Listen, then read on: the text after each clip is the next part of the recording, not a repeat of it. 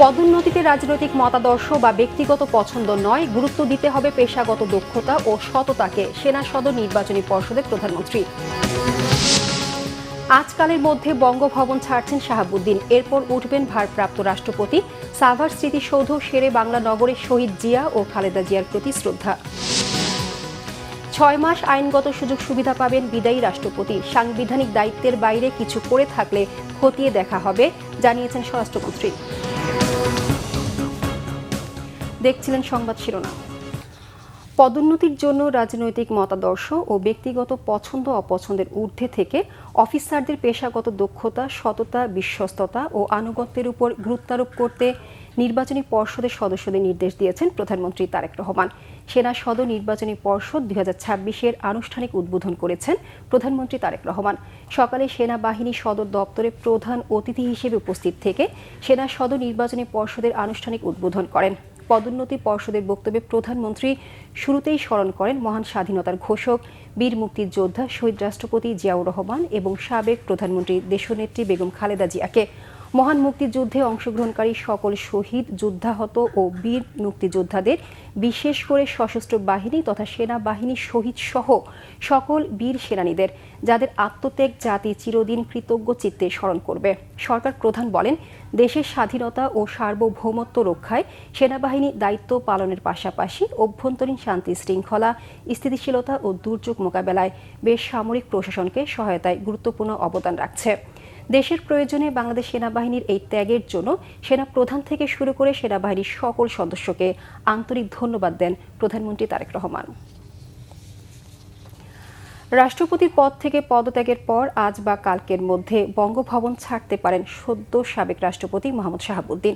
এরপরেই বঙ্গভবনে অফিস শুরু করবেন ভারপ্রাপ্ত রাষ্ট্রপতি স্পিকার হাফিজউদ্দিন আহমেদ। আইন অনুযায়ী বিদায়ী রাষ্ট্রপতি 1 মাস বঙ্গভবনে থাকার সুযোগ থাকলেও মোহাম্মদ শাহাবুদ্দিন এরই মধ্যে সরকারি এই বাসভবন ছাড়ার প্রস্তুতি শুরু করেছেন। আজকের মধ্যে প্রস্তুতি শেষ হলে বিকেলেই বঙ্গভবন ছেড়ে দিতে পারেন, নতুবা আগামীকাল বঙ্গভবন ছাড়তে পারেন তিনি। এরপর সপরিবারে গুলশানের বাসায় থাকবেন। এর আগে শনিবার সন্ধ্যায় বঙ্গভবনের কর্মকর্তাদের নিয়ে ব্যক্তিগত নৈশভোজের আয়োজন করেন মোহাম্মদ শাহাবুদ্দিন। এদিকে ভারপ্রাপ্ত রাষ্ট্রপতি হাফিজউদ্দিন আহমেদ বঙ্গভবনে অফিস করলেও স্পিকারের বাসভবনে থাকবেন। এর আগে শুক্রবার বিকেলে জাতীয় সংসদের স্পিকার হাফিজউদ্দিন আহমেদের কাছে পদত্যাগ পত্র পাঠান মোহাম্মদ শাহাবুদ্দিন। মেয়াদ শেষ হওয়ার প্রায় 2.25 বছর আগেই অসুস্থতার কারণ দেখিয়ে পদত্যাগ করেছেন তিনি। সাভারের জাতীয় স্মৃতিসৌধে শ্রদ্ধা জানিয়েছেন ভারপ্রাপ্ত রাষ্ট্রপতি অবসরপ্রাপ্ত মেজর হাফিজউদ্দিন আহমেদ। সেখানে স্বাধীনতা যুদ্ধের মহান বীর শহীদদের শ্রদ্ধা জানানোর পর শ্রদ্ধাসহ দোয়া করেন বাংলা নগরের স্বাধীনতার মহান ঘোষক শহীদ রাষ্ট্রপতি জিয়াউর রহমানের মাজারে। আরও জানাচ্ছেন জাহাঙ্গীর আকন্দ। দায়িত্ব নেয়ার একদিন পর রবিবার 12:15টায় সাভারের জাতীয় স্মৃতিসৌধে যান ভারপ্রাপ্ত রাষ্ট্রপতি অবসরপ্রাপ্ত মেজর হাফিজউদ্দিন আহমদ বীর বিক্রম। এ সময় মহান স্বাধীনতা যুদ্ধে বীর শহীদ, জাতির শ্রেষ্ঠ সন্তানদের প্রতি ফুলেল শ্রদ্ধা জানান ভারপ্রাপ্ত রাষ্ট্রপতি অবসরপ্রাপ্ত মেজর হাফিজউদ্দিন আহমদ।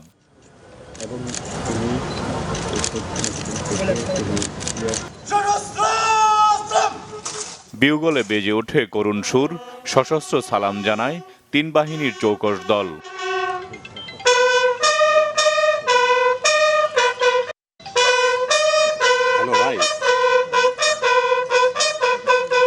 এ সময় মুক্তিযুদ্ধ বিষয়ক প্রতিমন্ত্রী ইশরাক হোসেন উপস্থিত ছিলেন 3 বাহিনী প্রধানগণ। জাতীয় স্মৃতিসৌধে শ্রদ্ধা নিবেদনের পর শেরেবাংলা নগরে মহান স্বাধীনতার ঘোষক শহীদ রাষ্ট্রপতি জিয়াউর রহমানের মাজারে পৌঁছেন ভারপ্রাপ্ত রাষ্ট্রপতি অবসরপ্রাপ্ত মেজর হাফিজউদ্দিন আহমদ। সেখানে শ্রদ্ধা জানান শহীদ রাষ্ট্রপতি জিয়াউর রহমান ও সাবেক প্রধানমন্ত্রী বেগম খালেদা জিয়ার প্রতি।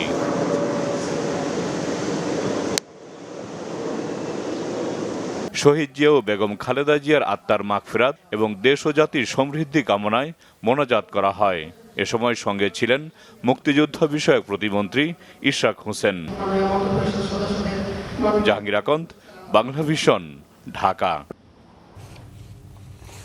পদত্যাগী রাষ্ট্রপতি মোহাম্মদ শাহাবুদ্দিন সাংবিধানিক দায়িত্বের বাইরে অন্য কিছু করে থাকলে তা খতিয়ে দেখার সুযোগ রয়েছে, জানিয়েছেন স্বরাষ্ট্রমন্ত্রী সালাউদ্দিন আহমেদ। তবে সাবেক রাষ্ট্রপতি হিসেবে তিনি সকল আইনগত সুযোগ সুবিধা পাবেন বলেও উল্লেখ করেন। সচিবালয়ে পুলিশ কর্মকর্তাদের সম্মাননা প্রদান অনুষ্ঠানে স্বরাষ্ট্রমন্ত্রী জানান, রাষ্ট্রপতি পদত্যাগ করেছেন স্বাস্থ্যগত কারণে, তা গ্রহণ করেন স্পিকার। এটা আইনি পদক্ষেপ। স্বৈরাচারের শেষ দিকে অন্তর্বর্তী সরকারের পুরো সময় ও বর্তমান সরকারের সময়ে তিনি দায়িত্ব পালন করেছেন সাংবিধানিকভাবে। এর বাইরে তিনি যদি কিছু করে থাকেন সেগুলো দেখার সুযোগ আছে বলে জানান মন্ত্রী। এক প্রশ্নের জবাবে স্বরাষ্ট্রমন্ত্রী বলেন, ফোন করতে লন্ডন যাওয়ার দরকার হয় না। মতিঝিল মেট্রো স্টেশনের নিচে বোমা পাওয়া প্রসঙ্গে বলেন, দুজন আনসার সদস্য বিষয়টি উদ্ঘাটন করেন, তাদেরও পুরস্কৃত করা হবে। ঘটনাক্রমে সনাতন ধর্মের অনুষ্ঠানের দিন হওয়াটা কাকতালীয় উল্লেখ করে বলেন, বিষয়টি তদন্ত হচ্ছে। সাবেক আইজিপি বেনজির আহমেদকে সংযুক্ত আরব আমিরাত থেকে ফেরাতে সরকার সর্বোচ্চ চেষ্টা করছে বলেও জানান স্বরাষ্ট্রমন্ত্রী। বিরোধী দলের পক্ষ থেকে এনসিপি এবং অন্যান্যরা তার বিরুদ্ধে কিছু অভিযোগ উত্থাপন করছে, সেটা করতে পারে, কিন্তু আমরা আমলে নেওয়ার মতো কোনো বক্তব্য ওখানে নাই। তিনি সাংবিধানিকভাবে দায়িত্ব পালন করেছেন এবং বিধিবিধান অনুযায়ী করেছেন। আমরা মাননীয় রাষ্ট্রপতির সহযোগিতা পেয়েছি। এখন সেই সময়টায় সংবিধান অনুসারে তিনি প্রিভিলেজড এবং ইমিউনিটি আছে তার, ফৌজদারি অপরাধ ইত্যাদির বিষয়ে কোনো আদালতে মামলা করা যায় না। এটা তখনকার সময়ে যদি কোনো কিছু রেকর্ড করে থাকে সেটা তখনকার বিষয়, সেটা বিধিবিধান অনুসারে চলবে, আইন অনুসারে চলবে। দেশ, রাষ্ট্র এবং মানুষের কল্যাণে ইতিবাচক রাজনীতি করার আহ্বান জানিয়েছেন এলজিআরডি মন্ত্রী ও বিএনপি মহাসচিব মির্জা ফখরুল ইসলাম আলমগীর। সকালে শেরেবাংলা কৃষি বিশ্ববিদ্যালয়ে নবাগত শিক্ষার্থীদের ওরিয়েন্টাল অনুষ্ঠানে এই আহ্বান জানান তিনি। পাশ করা শিক্ষার্থীদের চাকরির অপেক্ষায় না থেকে উদ্যোক্তা হওয়ারও আহ্বান জানান মির্জা ফখরুল। রাজনীতি আমরা সবসময় করি, থাকবে, রাজনীতি না থাকলে দেশ চলবে না। এই জন্য লড়াই করেছি গণতন্ত্রের জন্য দীর্ঘ বছর, কিন্তু সেটা যেন নেগেটিভ না হয়, it should be positive always, যে দেশের কল্যাণের জন্য, মানুষের কল্যাণের জন্য, রাষ্ট্রের কল্যাণের জন্য চাকরি তৈরি করতে হবে নিজেদেরকে। আমরা কেন এখনই চিন্তা করি না যে আমি নিজেই একটা এমপ্লয়মেন্ট করবো, আমি একটা ইন্ডাস্ট্রি করবো, অ্যাগ্রোবেস ইন্ডাস্ট্রি করবো, আমি একটা এগ্রিকালচার ফার্ম করবো, একটা পোল্ট্রি করবো, তাহলে কিন্তু অনেকটা সেই অবস্থা কেটে যাবে। গ্যাস সংকটে বিপাকে পড়েছেন সিএনজি ও গ্যাস চালিত যানবাহনের চালকরা। ঘন্টার পর ঘন্টা লাইনে অপেক্ষা করেও মিলছে না কাঙ্ক্ষিত গ্যাস। রাজধানীর বিভিন্ন গ্যাস পাম্প ঘুরে দেখা যায় সিএনজি ও গ্যাস চালিত যানবাহনের দীর্ঘ লাইন। চালকদের অভিযোগ, কৃত্রিম সংকট তৈরি করা হয়েছে। তবে পাম্প কর্তৃপক্ষ বলছে, এলএনজি সরবরাহ কমে যাওয়ায় এই সংকট দেখা দিয়েছে। একই সাথে তারা আরও বলেন, সরকার অনুমোদিত গ্যাসের চাপের অর্ধেকও পাচ্ছে না সিএনজি স্টেশনগুলো। বর্তমানে পরিস্থিতি স্বাভাবিক করতে দ্রুত পদক্ষেপের দাবি সংশ্লিষ্ট সবার। কক্সবাজারের মহেশখালীতে একটি ভাসমান এলএনজি টার্মিনালে দুর্ঘটনায় বন্ধ রয়েছে দৈনিক ৪৫ থেকে ৫০ কোটি ঘনফুট গ্যাসের সরবরাহ। এতে ক্ষতির মুখে কলকারখানা ব্যাহত হচ্ছে উৎপাদন।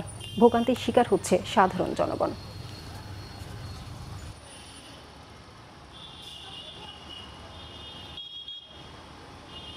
$30 $40 গ্যাস ঢোকে, 3 ঘন্টা, 3.5 ঘন্টা, 2 ঘন্টা, 2.5 ঘন্টা এরকম সিরিয়াল দিতে হয়। আগে তো গ্যাস ছিল একটু ভাড়া মারতাম, কিন্তু এখন অনেক কষ্ট, জমা ওঠাইতে অনেক কষ্ট হয়ে যায়। 116 টাকা এক বিন্দু গ্যাস ছিল না, আমি কাকরাল থেকে টাইনে আনতেছি গাড়িটা, খালি গাড়ি। ওই যে রশিদ খুলি নেই, আমার রশিদ লাগানোই আছে। তাহলে 116 টাকার গ্যাস ঢুকছে, যে পাম্প কর্তৃপক্ষ কি করবো আর আমি কি করবো, আমার ওরা কেন, কিন্তু আমরা তো বন্দি শিকার। ওই চাবিটা আছে বিধায় 1800 টাকা আমার গালায় ধরি। এই যে 8 ঘন্টা 10 ঘন্টা লাইনে দাঁড়িয়ে আমাদের গ্যাস নিতে হয়, রাত্রে ঘুম নেই। আজকে 2 দিন ধরে আমি ঘুমাতে পারছি না। স্যারকে নামে এটা এখন আবার আসলাম, এখন আবার নিয়ে আবার কিছুক্ষণ চলবো, যতক্ষণ চলে আর কি, আবার যে কোনো পাম্পে আবার সিয়ালটা গ্যাস নিতে হবে। জুলাই অভ্যুত্থানের উত্তাল আজকের দিনে আন্দোলনের 3 সমন্বয়ক নাহিদ ইসলাম, আসিফ মাহমুদ ও আবু বাকের মজুমদারকে তুলে নিয়ে যায় ডিবি পুলিশ। কারফিউ শিথিল করে দেশজুড়ে শুরু হয় ব্লক রেড। একই সময় সরকারের দমন অভিযান বন্ধ এবং ইন্টারনেট পুনরায় চালুর আহ্বান জানিয়ে বিবৃতি দেয় জাতিসংঘ। ভয়, গ্রেপ্তার, রক্ত আর প্রতিরোধে লেখা সেই জুলাই বাংলাদেশের ইতিহাসে হয়ে আছে এক উত্তাল অধ্যায়, যেখানে দমন-পীড়নের প্রতিটি পদক্ষেপের বিপরীতে আরও জোরালো হয়ে উঠেছিল মানুষের প্রতিবাদের কণ্ঠ। রিপোর্ট সৈয়দ আব্দুল মুহিতের। গুলি, গুম, গ্রেপ্তার সবকিছু যেন একসঙ্গে নেমে এসেছিল রাজপথে, কিন্তু রক্তাক্ত জুলাইয়ের উত্তাল ঢেউ থামানো যাচ্ছিল না। আন্দোলনের আগুন যত নিভিয়ে দিতে চেয়েছিল তৎকালীন সরকার, ততই তা ছড়িয়ে পড়েছিল দেশ জুড়ে। রাজপথে ছাত্র জনতার উপর সরাসরি গুলি চালিয়েও যখন আন্দোলন দমন সম্ভব হচ্ছিল না, তখন ভিন্ন কৌশল নেয় তৎকালীন সরকার। আন্দোলনের নেতৃত্বে থাকার শীর্ষ সমন্বয়কদের একে একে লক্ষ্যবস্তুতে পরিণত করা হয়। গুমের শিকার হওয়ার পর মুক্ত হয়ে রাজধানীর গণস্বাস্থ্য কেন্দ্রে চিকিৎসাধীন ছিলেন সমন্বয়ক নাহিদ ইসলাম ও আসিফ মাহমুদ, কিন্তু সেখানেও শেষ রক্ষা হয়নি। হাসপাতাল থেকেই তাদের জোর করে তুলে নিয়ে যায় ডিবি পুলিশ। একই সময়ে আটক করা হয় সমন্বয়ক আবু বাকের মজুমদারকেও। প্রথমে সরকার নীরব থাকলেও কয়েক ঘন্টা পর তৎকালীন ডিবি প্রধান হারুনুর রশিদ তাদের আটকের বিষয়টি স্বীকার করেন। সেই স্বীকারোক্তি আরও বাড়িয়ে দেয় উদ্বেগ, আতঙ্ক আর ক্ষোভ। এদিন কয়েক ঘন্টার জন্য কারফিউ শিথিল করা হয়। রাস্তায় কিছুটা যানবাহন চললেও মানুষের চোখে মুখে ছিল ভয় আর অনিশ্চয়তা। অন্যদিকে শুরু হয় দেশব্যাপী ব্লক রেইড অভিযান। আন্দোলনে জড়িত থাকার অভিযোগে শিক্ষার্থীদের পাশাপাশি বিএনপি ও জামাতের নেতাকর্মীদের বাড়ি বাড়ি অভিযান চালিয়ে আটক করা হয়। ৬,০০০-এর বেশি শিক্ষার্থী ও রাজনৈতিক কর্মীকে গ্রেপ্তার করা হয়। পরিবারগুলো ছুটে বেড়ায় থানা, আদালতে, হাসপাতালের বারান্দায় প্রিয়জনের একটি খোঁজের আশায়। আহতদের পাশে না দাঁড়িয়ে সরকারি স্থাপনা পরিদর্শনে যাওয়ায় সমালোচনার মুখে পড়ে সরকার। সেই চাপের মধ্যেই তৎকালীন প্রধানমন্ত্রী শেখ হাসিনা ঢাকা মেডিকেল কলেজ হাসপাতালে আহতদের দেখতে যান। জামাত, শিবির, বিএনপি, ছাত্রদল তারা এই সুযোগটা নিয়ে, কোটা আন্দোলনের সুযোগটা নিয়ে সারা দেশব্যাপী এই ধ্বংসাত্মক কাজ করে যাচ্ছে। একই দিনে আওয়ামী লীগের সাধারণ সম্পাদক ওবায়দুল কাদের অভিযোগ করেন, আন্দোলনকে পুঁজি করে বিএনপি, জামাত, উগ্র বামপন্থী ও বিদেশি শক্তি সরকার উৎখাতের ষড়যন্ত্র করছে এবং তা প্রতিহত করা হবে।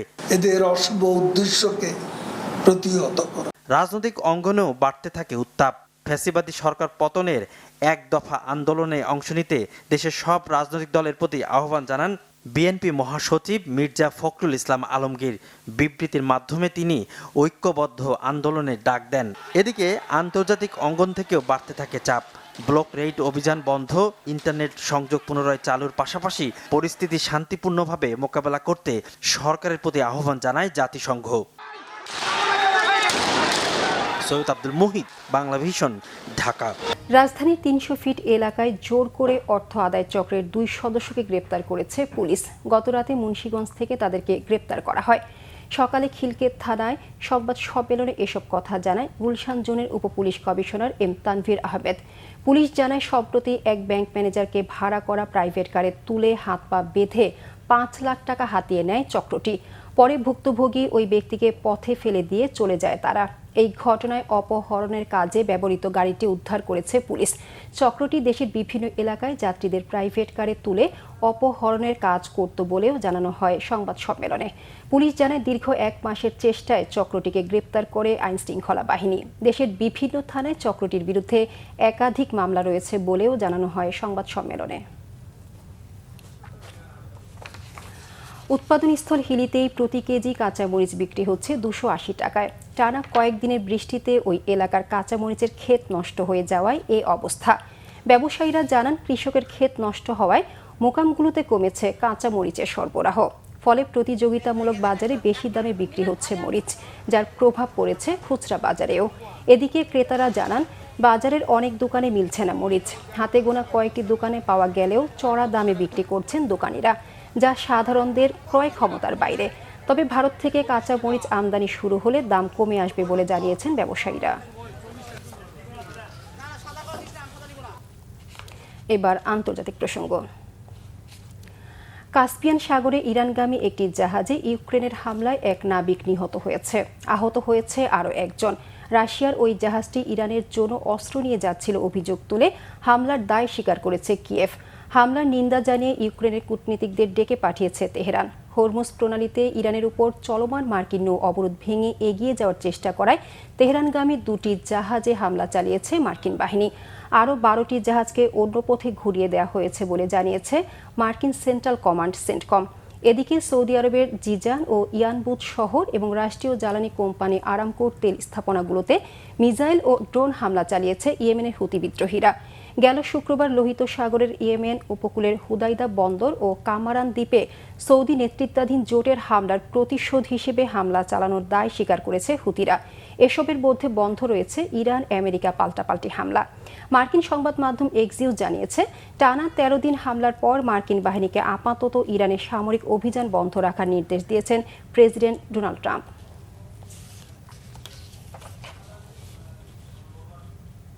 সংবাদ শেষ করব শিরোনামগুলো আরেকবার জানিয়ে।